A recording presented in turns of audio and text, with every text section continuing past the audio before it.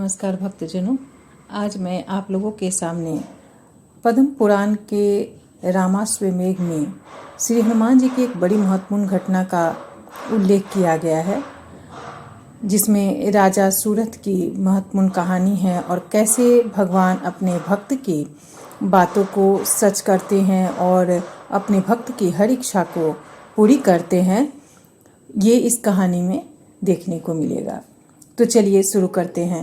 भगवान श्री रामचंद्र जी का अश्वमेध यज्ञ के लिए छोड़ा हुआ घोड़ा अनेक देश देशांतरों में भ्रमण करता हुआ जब राम भक्त राजा सूरत के कुंडल नगर में पहुंचा, तब राजा ने भगवान के दर्शन की लालसा से उस घोड़े को पकड़वा लिया।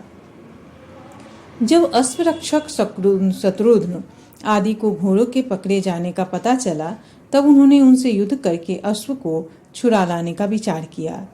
इतने में ही धर्मात्मा राजा सूरत और उनके राजकुमार चंपक भी रणभूमि में पहुंच गए तथा दोनों ओर के सैनिक आपस में लड़ने लगे।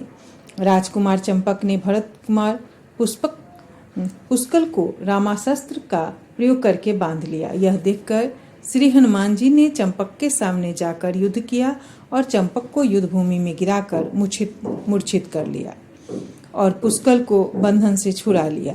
इस पर राजा सूरत ने श्री हनुमान जी की राम भक्ति की बड़ी प्रशंसा की और वे उनसे युद्ध करने लगे। जब राजा के छोड़े हुए ब्रह्मास्त्र को श्री हनुमान जी निगल गए, तब राजा ने श्री रघुनाथ जी का स्मरण करके रामास्त्र का प्रयोग किया। उस समय श्री हनुमान जी बोले, राजन, क्या करूं? तुमने मेरे स्वामी के अस्त्र से ही मुझे बांधा है, अतः मैं इसका आदर करता हूँ। अब तुम मुझे इच्छानुसार अपने नगर ले जाओ। मेरे प्रभु दया सागर हैं, वे स्वयं ही आकर मुझे छुड़ाएंगे। श्री हनुमान जी के बांधे जाने पर पुष्कल ने राजा से युद्ध किया, किंतु वे अंत में मूर्छित होकर गिर पड़े। तब शत्रुघ्न ने राजा से बहुत देर तक युद्ध किया, पर वे भी राजा के बाण के आघात से मूर्छित होकर रथ पर गिर पड़े।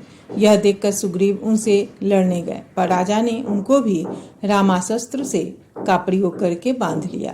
तदंतर राजा सूरत उन सबको रथ पर डालकर अपने नगर में ले गए। वहां जाकर वे राजसभा में बैठे और बंधे हुए हनुमान जी से बोले, पवन कुमार, अब तुम भक्तों के रक्षक परम दयालु श्री रघुनाथ जी का स्मरण करो, जिससे संतुष्ट होकर वे तुम्हें तत्काल बंधन मुक्त कर दें।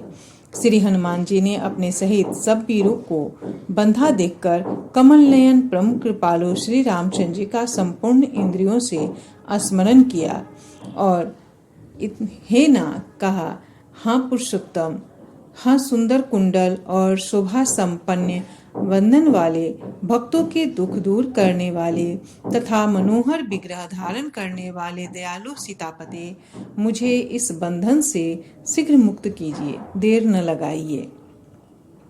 श्री हनुमान जी के इस प्रकार प्रार्थना करते ही तुरंत भगवान श्री राम जी पुष्पक विमान पर आरूढ़ होकर वहां आ पहुंचे। भगवान को पधारे देख राजा सूरत प्रेम मग्न हो गए और उन्होंने भगवान को सैकड़ों बार प्रणाम किया। श्री राम ने भी चतुर्भुज रूप धारण करके अपने भक्त सूरत को छाती से लगा लिया और आनंदाश्रुओं से उनका मस्तक अभिषेक करते हुए कहा, राजन, तुम धन्य हो, आज तुमने बड़ा पराक्रम दिखाया है। फिर भगवान ने श्री हनुमान, सुग्रीव, शत्रुघ्न, पुष्कल आदि सभी योद्धाओं पर दया दृष्टि डालकर बंधन और मूर्छा से मुक्त किया। उन्होंने उठकर भगवान को प्रणाम किया।